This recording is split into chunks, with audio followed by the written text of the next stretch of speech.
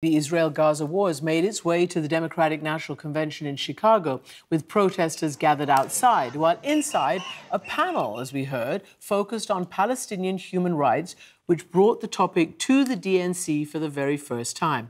Among the speakers, my next guest, Dr. Tánja Hassan, moving many in the crowd to tears as she described what she had seen inside Gaza when she worked there as a medic in March. Dr. Tánja Hassan, welcome to the programme. We just heard before you came on from State Senator Mallory McMorrow, who was quite moved and went to quite, lengths to tell us about this panel. Tell me about the panel that you took part in. What was it designed to do? Were you satisfied with what you were able to do during that panel?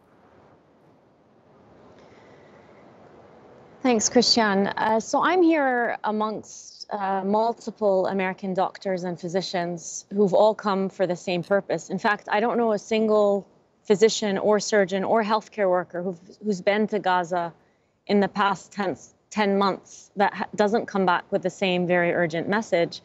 We've been trained to protect and preserve human life, but the Israeli military campaign is targeting life and everything needed to sustain it in Gaza, and that renders our work as physicians impossible. This morning, I'm here with a number of American doctors, surgeons, who just held a press conference here at the McCormick Center in Chicago.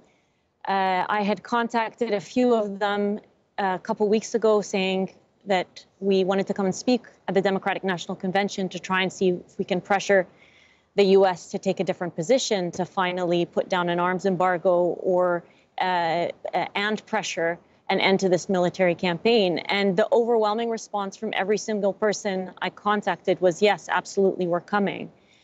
I work for Doctors Without Borders, Médecins Sans Frontières, and in the Rwandan genocide, they said genocide calls for a radical immediate response. Doctors cannot stop genocide. And I think a lot of us feel the same way. We are so horrified by what we witness. It haunts us in our dreams.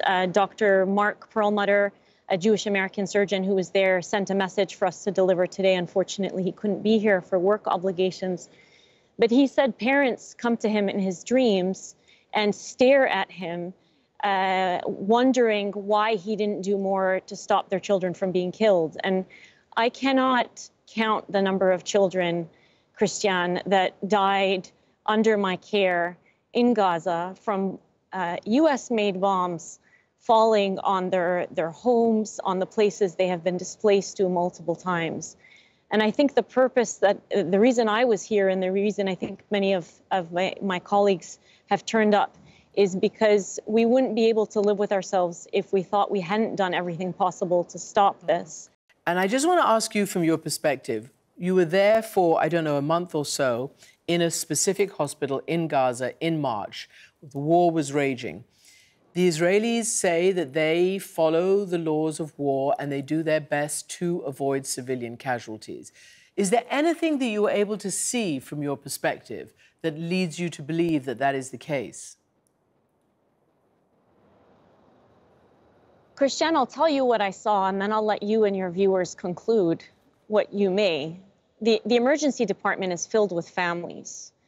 I'm a pediatric intensive care doctor. My specialty is children. My subspecialty is children who are critically unwell or ill or injured. And I was instrumental in the emergency department. I was running around all over the place. They kept on calling me because in every corner of the resuscitation bay, there were children fighting for their life.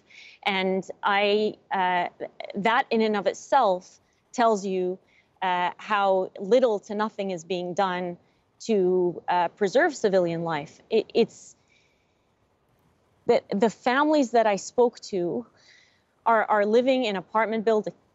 They're living in tents. I had a patient who was bulldozed in her tent and crushed and died.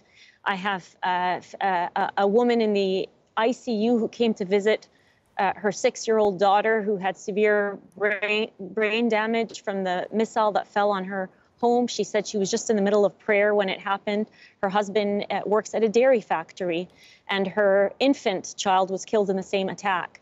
A pregnant woman wheeled in 7 days postpartum, speechless, just staring vacantly.